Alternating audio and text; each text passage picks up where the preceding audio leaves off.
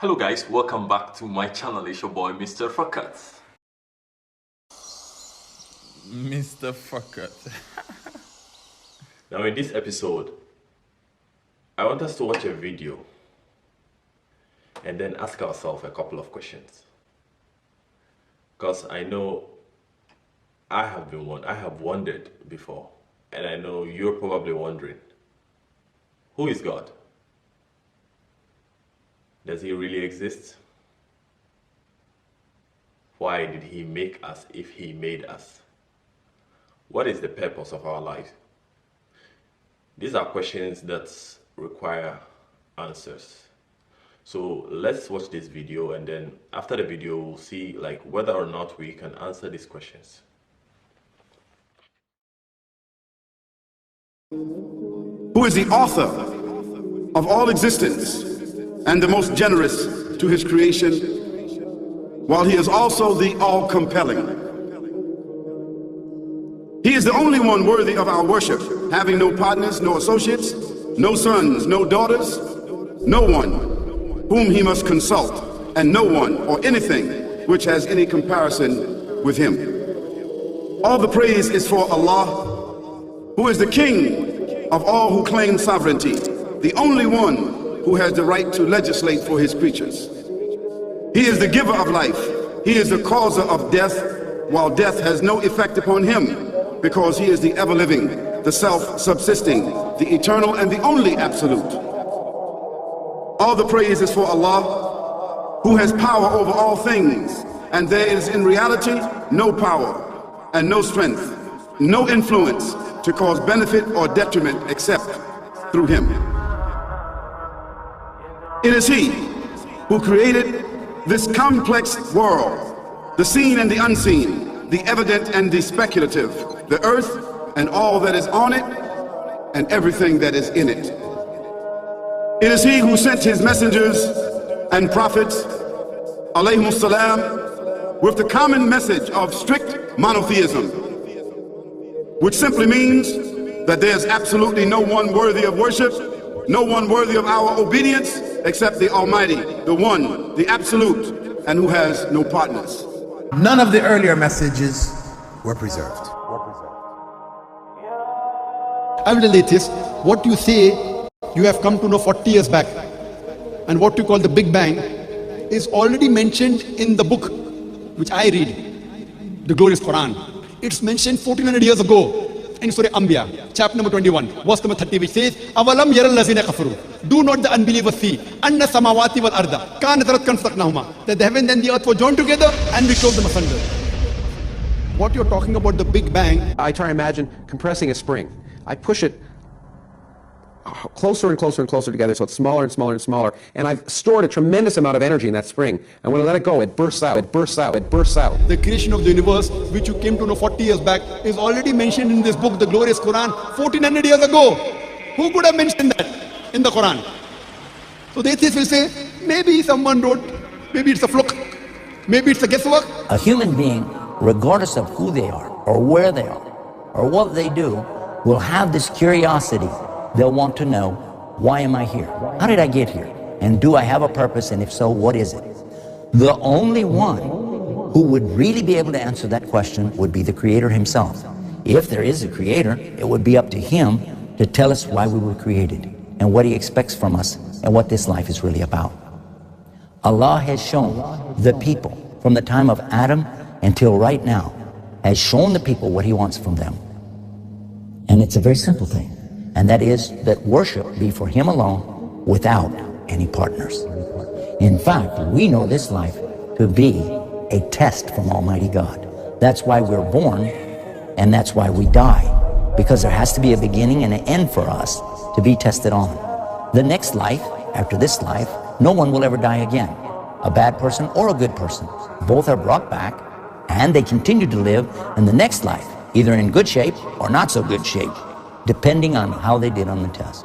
The worship of the God of Abraham, that was what was taught by these prophets.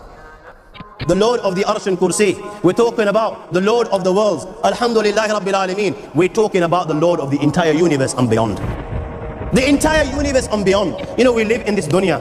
And we are fascinated with this dunya which Allah subhanahu wa ta'ala indeed has created in a beautiful manner. We're fascinated. There are over billions of people which live on this dunya at this moment in time. Over 6 billion people that live on the dunya at this moment in time. This dunya of Allah subhanahu wa ta'ala is so big that there is space in this dunya for billions and billions and billions or more people.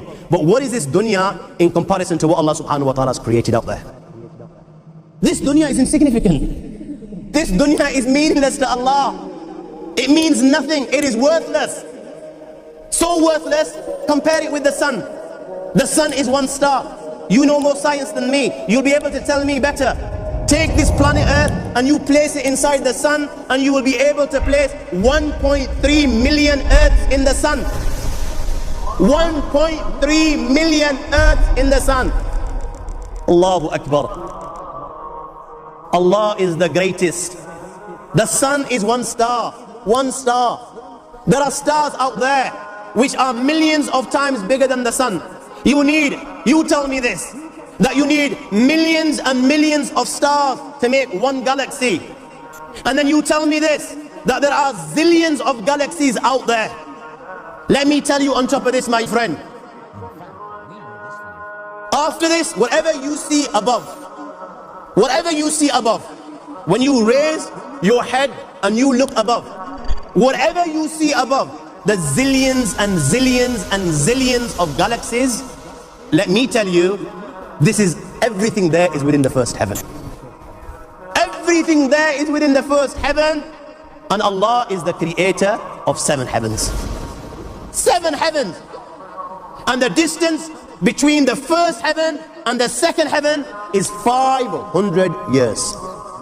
You know the distance that can be covered in 500 years? At what speed? Only Allah knows. Only Allah knows. But it will take 500 years to get from the first heaven to the second heaven. 500 years from the second to the third, third to the fourth, fourth to the fifth, fifth to the sixth, sixth to the seventh. Every time it will take 500 years. After the 7 heavens,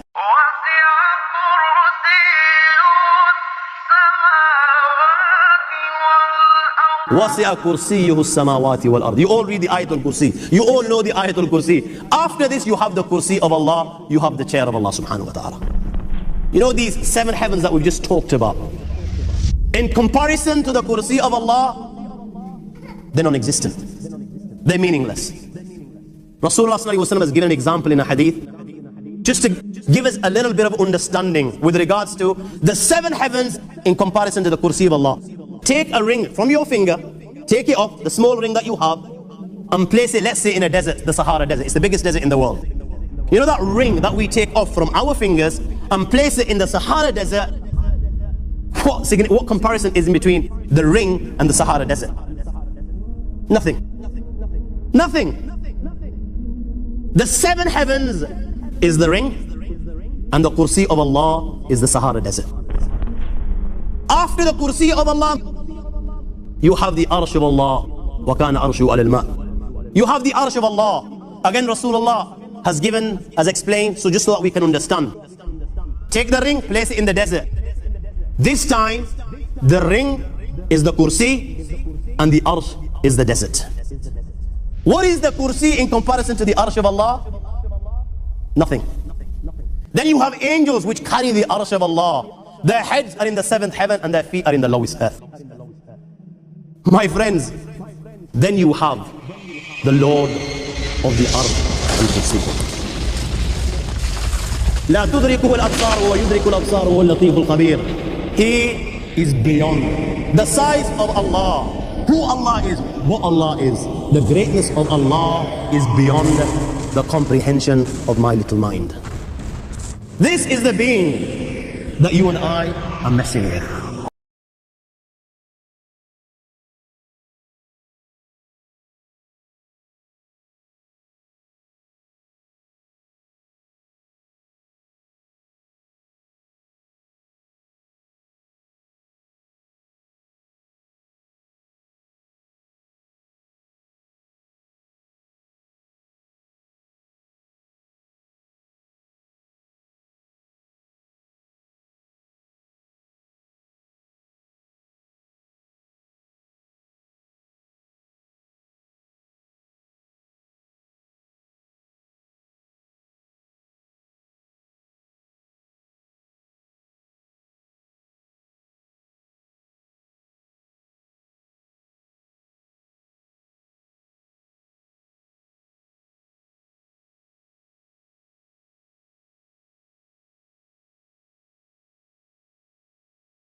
So I think we would agree that this is a really mind-boggling, a very impressive video.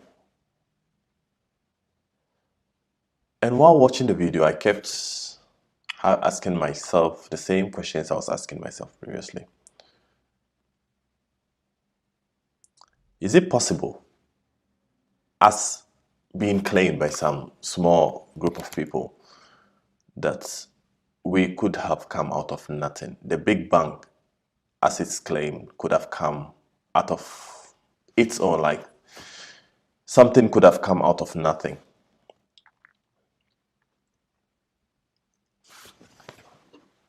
This plant could happen without a seed or some kind of something being planted. And that's, for me, at least, I know it's a no-no situation, like something that for me is impossible. Who qualifies to be a creator? And I have a certain ideas in mind. This creator has to be the absolute of everything. He has to be all-powerful. It has to be impossible for him to be created, to have a partner. Everything should be able to be done by him, but nothing should be able to be done for him. He is the beginning and the end. Everything that he created that has life should have an end, unlike him. And really, honestly, I don't have the words to describe how impressed I am and how much I believe everything that has been said in this video. It's just so beautiful, like describing God. Imagine how much tiny human beings we are. We're on this earth thinking we are everything. We are big. We don't respect each other. We don't tolerate each other. We are full of violence and not understanding.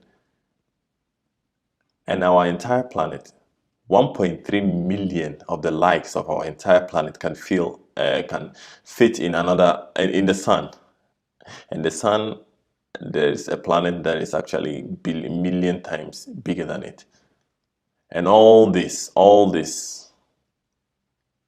is just in the first heaven, and there are 7 heavens.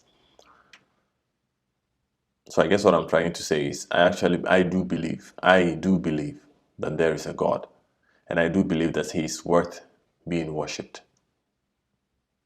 If you're watching this and you don't believe in such thing, it is your right to. But what do you have to lose? Look into religion and compare them. I mean, I always use this theory.